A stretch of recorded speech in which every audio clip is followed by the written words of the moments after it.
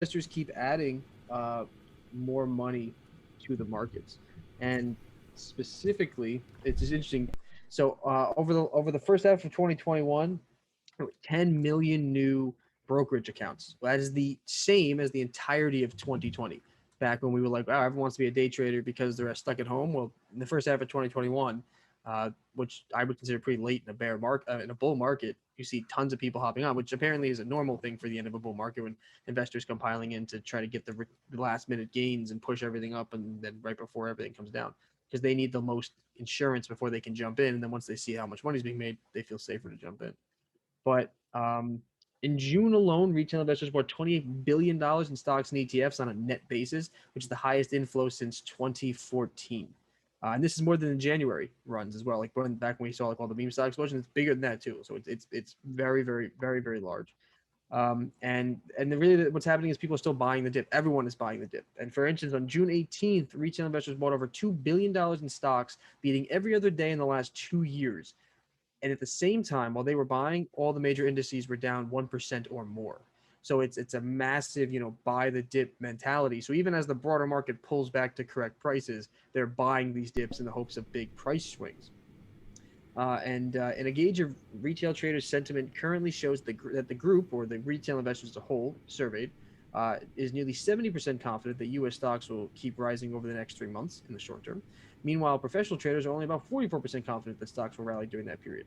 So you're seeing a mismatch in terms of what their expectations of the market are.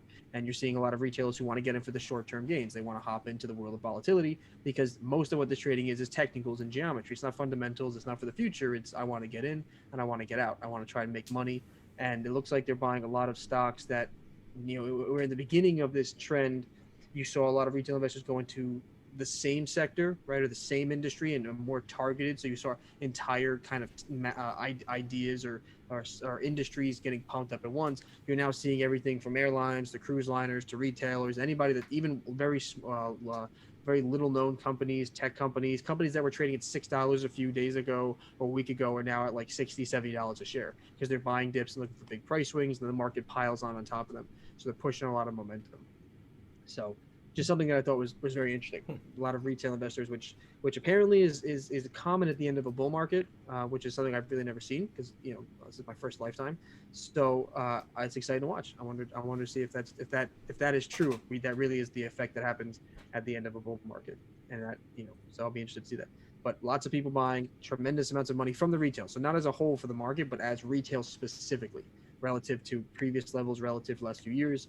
A lot of people coming in, a lot of people buying dips, which might not necessarily be a good thing because they're not necessarily buying fundamentals, and I think prices are pretty high as it is. So they're buying at high levels, so they have to be playing a short-term game. If you're buying the dips now because you expect 2 years from now the price is going to go up, that's ridiculous. So if you're playing in this market and you're one of these people, you're most likely buying, and you should be buying short-term. So just buying those dips for big price swings on stocks that are very volatile. Interesting, because it's like a different mentality when it comes to like cryptocurrency. Right now, we're looking at everything being in the future. At the end of a bull run for stock market, though, this is kind of where volatility increases, or risk increases as we come to the closing of the bull market. Yeah, well, because that's when the concept is that the retail investors hop in later on, and smaller money comes in to try to get out more gains. Now they've seen everything on a run, and they think, oh wow, look how much the markets are up. I've been waiting too long, right? I've been Yeah. on the sidelines so long. I'm not going to miss out. So you see people piling in, and most of what retail investors want to do is they want to make short-term gains. They're not really looking for a long-term portfolio, right? They're looking for I want to make money now. So they throw their money in, buy the dips, look at the technicals, and pile into where the volatility is greatest, because where there's volatility, those are where people can play the short term gains, because volatility in the short term helps you make money in the short term, right? Because otherwise, if you're long term, you don't care about short term volatility because you have a price target in mind, or a concept in mind. Yeah, So makes sense.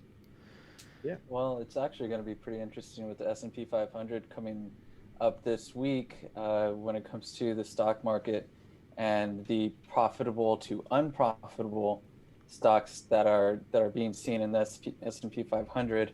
It's that technical indicator is pretty low, and whenever that was low, the market ended up dropping. So we'll see in the next week how that goes.